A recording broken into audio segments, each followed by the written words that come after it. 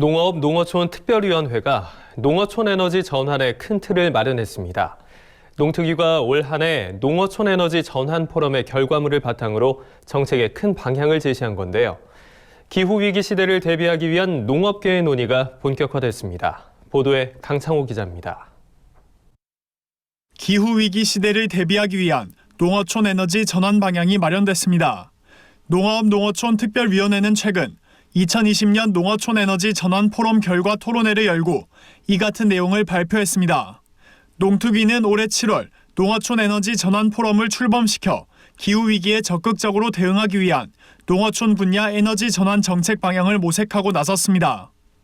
그 후 총 4차례의 토론회와 연구 용역을 거쳐 농어촌 에너지 전환을 위한 틀이 마련된 겁니다. 무엇을 위한, 누구를 위한 농어촌 에너지 전환이 되어야 할지 생각해 보아야 할 때입니다.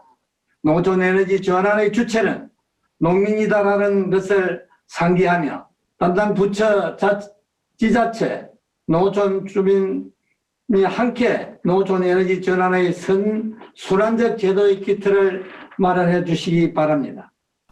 먼저 농특위는 농어촌 에너지 전환을 위해선 농식품 시스템 전체를 포괄하는 기후위기 대응 목표가 확립돼야 한다고 주장했습니다. 농업 생산 과정을 넘어 농식품을 생산, 유통, 소비하는 전 과정에서 온실가스가 어떻게 배출되고 있는지 파악할 필요가 있다는 겁니다.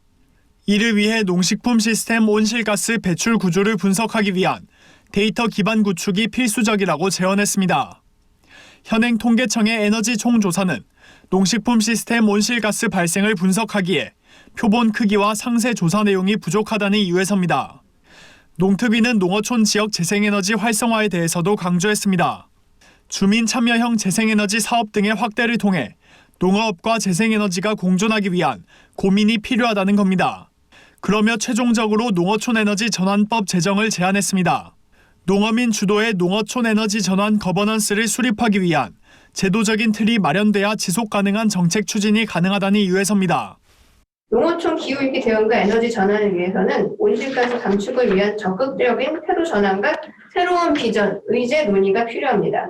농어촌 에너지 전환법 제정을 제안하고자 합니다. 농어촌이 정의로운 전환의 원칙 위에서 에너지 전환의 주체가 되도록 하는 제도적 토대가 마련되어야 하고, 다만 농어촌 신재생에너지 사업을 추진하는 과정에서 무분별한 난개발이 발생하는 것을 막아야 한다는 의견도 제기됐습니다.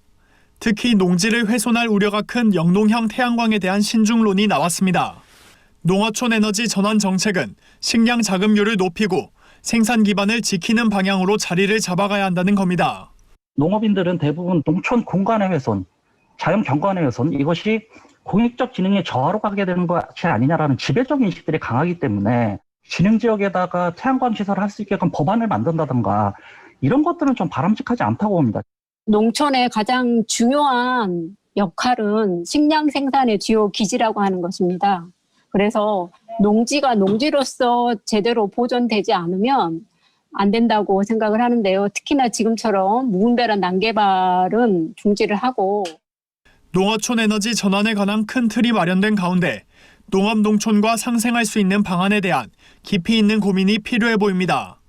MBS 뉴스 강창호입니다.